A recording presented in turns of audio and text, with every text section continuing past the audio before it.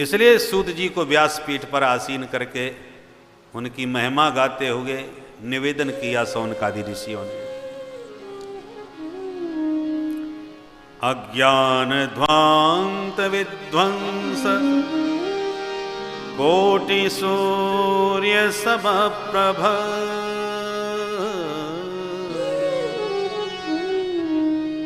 सोताख्या ही कथा सारम मम कर्ण रसायनम।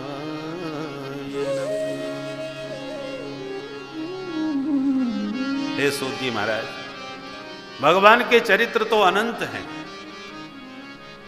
हमें कथा सार चाहिए। अब वो कथा सार कैसा हो? कर्ण रसायनम, कानों में रस भर दे। भगवान की जो कथा है ये कर्ण रसायन है। कान खराब हो जाए तो कुछ रसायन डालना पड़ता है, औषधि, वो सब बेकार दूर कर देती है, कान बढ़िया हो जाता है।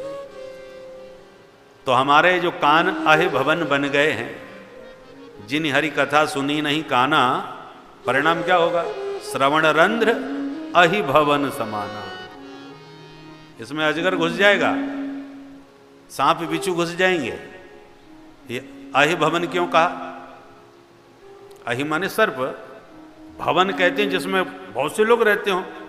बिल को भवन कहा, बिल को भवन क्यों कहा भाई? तो तुम्हारे सांप बिच्छुओं के तो बिल छोटे होते हैं, बहुत बड़े थोड़ी होते हैं, पर यहां भवन कह रहे। अहि भवन, भवन में बहुत से लोग बैठते हैं। अब आपकी अध्यात्म पीठ है तो अध्यात्म से संबंधित व्यक्ति ही रोकेगा है? जैसा भवन होता है वैसी ही प्रकृति के लोग वहां उस भवन में पहुंचते हैं। पिक्चर हॉल है तो पिक्चर के प्रेमी ही वहां जाएंगे, सत्संग के प्रेमी थोड़ी जाएंगे वहां पर। सब भवन के अलग अलग प्रेमी होते हैं, तो जो जिस भवन का प्रेमी होता है वो उसी भवन में मिलता है। तो आपके कान यदि अहि भवन बन गए,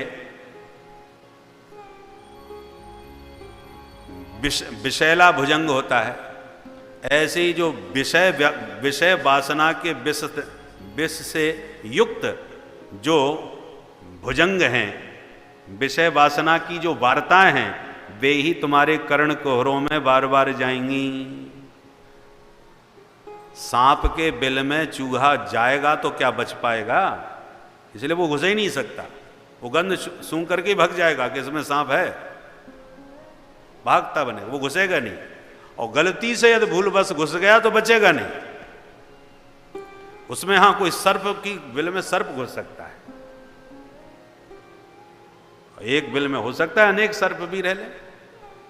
तो कान जो है अहि भवन बन गया, तो इस भवन में जो जाएगा वो अहि का ही सगा भाई होगा। यदि इसमें वासना का विषधर घुसा है और संसार की विषय वार्ता में ही जो रुचि लेने, जिनके कान रुचि लेने लगे हैं, तो विषय वार्ता का जब प्रसंग आएगा तो कान खड़े हो जाएंगे, वाह हमारे मतलब की बात हो रही है। और जो भगवत प्रेमी हैं उनके कान में जब विषय वार्ता जाएगी तो कहते हैं अरे अलम अलम अलम विषय वार्ताया नरक कोटि विभत्सया। भैया ये विषय वार्ता यहां मत करो। और इसलिए कहीं हमारा कान अहि भवन न बन जाए, विषयों का विषधर इस कान रूपी बिल में न घुस जाए। इसलिए इसमें हरि रस, हरि कर्ण रसायनम, कानों का जो रसायन है कथामृत, उस हरि कथामृत रूपी कर्ण रसायन इसमें डालते रहो। ये वो औषधि है कि यदि वासना का भुजंग विषधर घुस गया तो निकाल बाहर कर देगी, सांप को निकाल के फेंक देगी, क्योंकि ये सात्विक बिल है, इसमें भुजंगों का प्रवेश नहीं हो सकता। और भुजंगों का बिल है तो सात्विक कथा प्रवेश नहीं करेगी।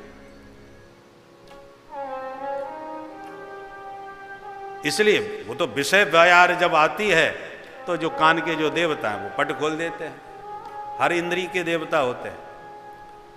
तो जब देवता जिस रस का उपासक होता है उसके लिए गेट खुलता है, अपने मतलब के व्यक्ति के लिए गेट खुल जाता है।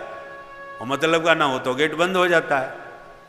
उसी प्रकार यदि आपके कान के देवता भगवत कथामृत के रसिक बन गए तो जब कथा होगी तो कान के गेट खुल जाएंगे। नेक भी कोई इधर उधर की बात करे, भाई डिस्टर्ब ना करो, हमको सुनने दो, आपको बात करनी है तो बाहर जाओ। तो जो बहुत एकाग्रता से सुनते हैं वो इधर उधर की बात में बिल्कुल बर्दाश्त नहीं करते, और करेगा तो भगा देते हैं उसको या लड़ बैठते हैं उससे कि तुम खुद ही नहीं सुन रहे, हमको भी नहीं सुनने दे रहे। और जिनके कान प्रेमी नहीं हैं तो सत्संग हो भी रहा हो तो पहले तो उनको बैठना ही बड़ा मुश्किल हो जाएगा। ये कहाँ की बात लेके बैठ गए, आज तो हमारे पल्ले ही नहीं पड़ रही कुछ। और फिर कोई इधर उधर की बातें होने लगी तो तुरंत वो कथा छोड़ के उसके, अच्छा क्या कह रहे थे आप? हाँ मैं भी गया था वहां पर। तो उसके मतलब की बात होगी तभी तो कान के गेट खुलेंगे। इसलिए जिन हरि कथा सुनी नहीं काना तो श्रवण रंध्र अहि भवन समाना। तो हमारा श्रवण रंध्र अहि भवन न बन जाए, सांप का बिल न बन जाए। बिले वतोरुक्रम विक्रमान ये न शरणवतः कर्ण पुटे नरस्य, भागवत में इसी का अनुवाद है। इसलिए सोताख्या ही कथा सारम मम कर्ण रसायन। हे सूत जी महाराज, कर्ण रसायन जो हरि कथामृत है वो कृपा करके कथा सार के रूप में हमको आज आप श्रवण